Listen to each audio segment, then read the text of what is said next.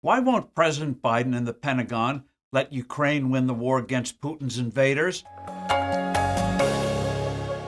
Hello, I'm Steve Forbes, and this is What's Ahead, where you get the insights you need to better navigate these turbulent times.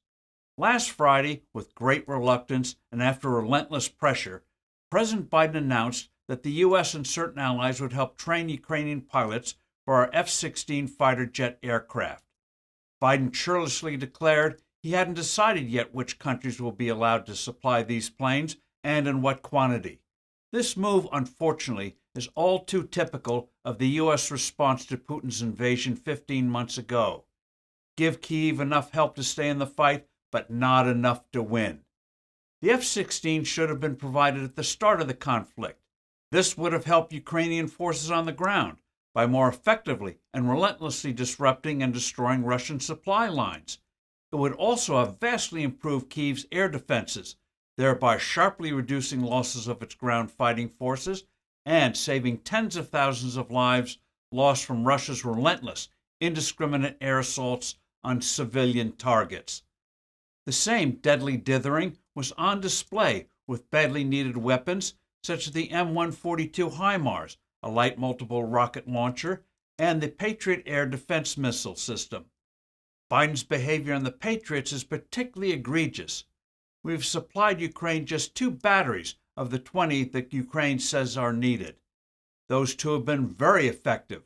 One battery recently intercepted 18 Russian missiles near Kyiv, including 6 hypersonic missiles.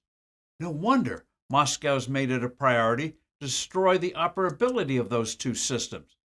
The slothful Pentagon, reflecting Biden's reluctance to vigorously arm Ukraine lest it upset Putin, says it can't spare more. Come on, man. Provide more now and build more with a sense of urgency. Give the green light to our allies to deliver some of theirs to Ukraine. Putin isn't religious, but he nonetheless is probably praying that Biden can finish his first term. The sad truth is that since the start of the war, the White House has never stepped up in supplying needed advanced weaponry to Ukraine except in response to intense, bipartisan congressional urgings or similarly fierce pressures from our allies, most notably Britain and Poland. Behind the scenes, those 2 countries, as well as the Baltic nations of Lithuania, Latvia, and Estonia, have been exasperated by Washington's foot-dragging.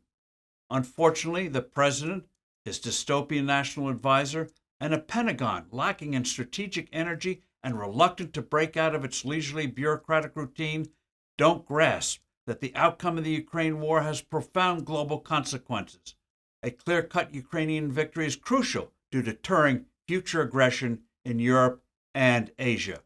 I'm Steve Forbes. Thanks for listening. Do send in your comments and suggestions, and look forward to being with you soon again.